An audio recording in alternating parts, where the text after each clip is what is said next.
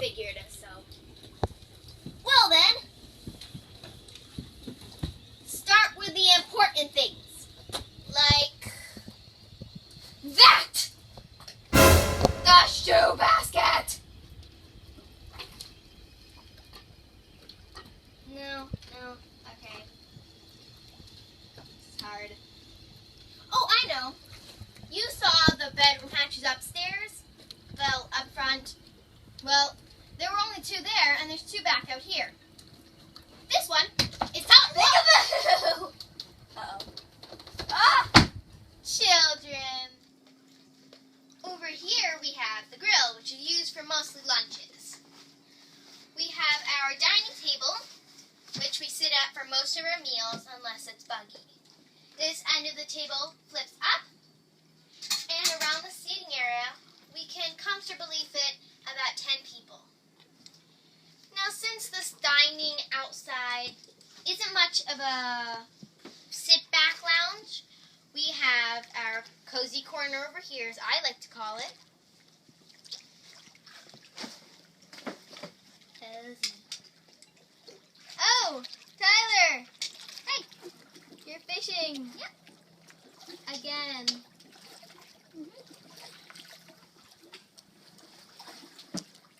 Over here we have the helm. The helm is the point of steerage of this vessel.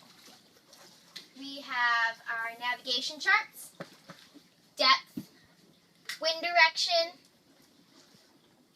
and autopilot system. This is what we use to make the engines go neutral, forward, backwards. We have the engine starters here, and lots of gas things to make sure, tell us how much gas we have left. And then the good old pirate wheel. Finally, we got this, which I don't think you see every day. This is an air horn. I'm not going to push it because it's going to alert everyone in the anchorage that we're in trouble. And it's used only for emergencies. This is our helm station, where we run the boat from. We have to, of course, have a map to get us somewhere. So we have our chart plotter. It helps us plan the route throughout the islands. Here is our depth meter. The wind speed and the wind direction based on the boat's position.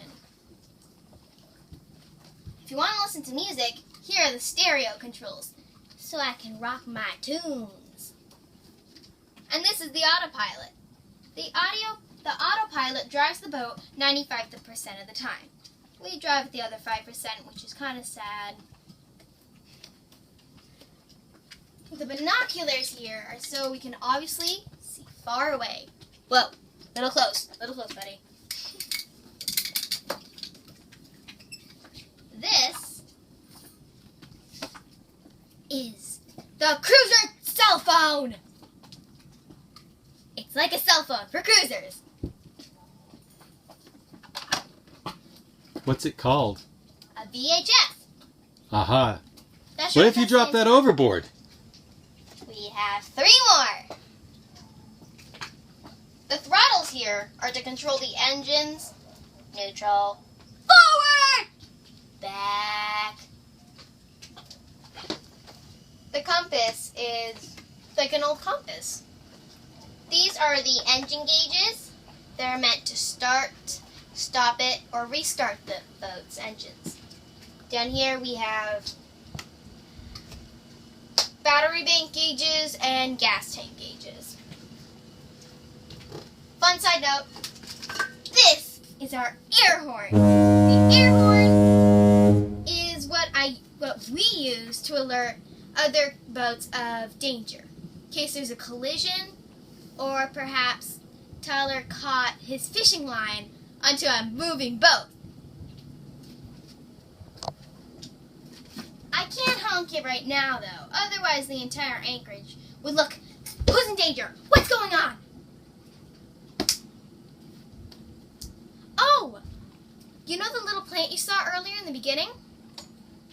Well, it was so humid here in Panama that he started to grow when we were in Boston. It's colder there. We don't have the heart to take him out, so we don't. And I named him Peek, as in peekaboo. Let's go inside.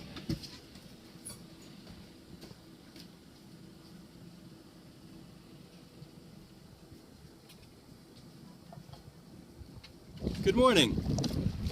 Welcome back. So before we go into the cockpit, wanted to introduce you to today's location. We're in a new bay, and this particular spot is called Dolphin Bay. And a number of our cruisers have purchased land. Actually, I shouldn't say a number. There's 3 on shore who have purchased some residences here. And we'll take a quick look. So this again is the scene for this morning.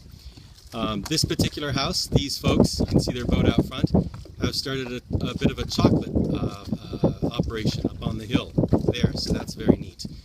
And you can see their Polynesian style, or I guess Central American style boathouse down below.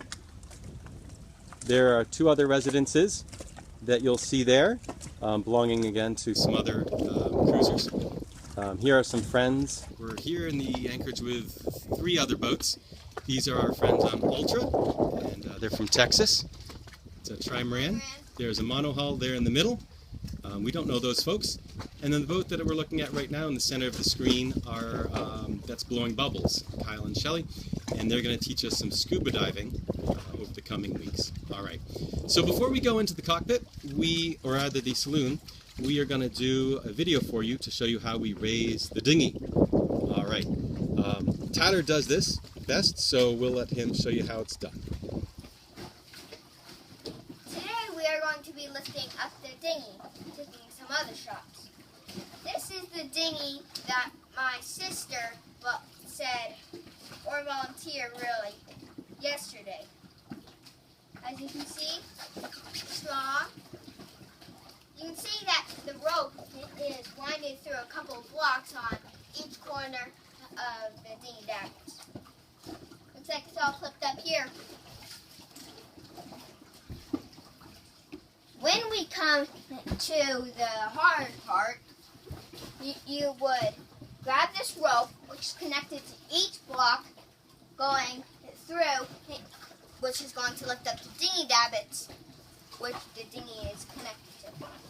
First, you would tighten it hard, wrap it around 3 times, and then go for the kink at the last moment. Then you would lift up this. We don't have the power to lift up this thing with our bare hands, so we use this right angle drill. It's kind of like a remote. This lever right here turns this, which we will connect to here. This is used to lift up the dinghy, the sails, and for other useful things. So you would sit up here,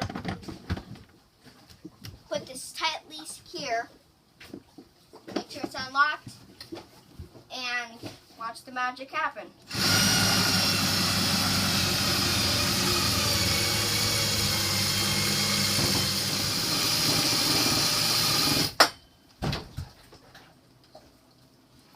That is how you lift up the dinghy. After, you make sure it's tight. Lock this down, undo the Milwaukee, and return it to its rightful place.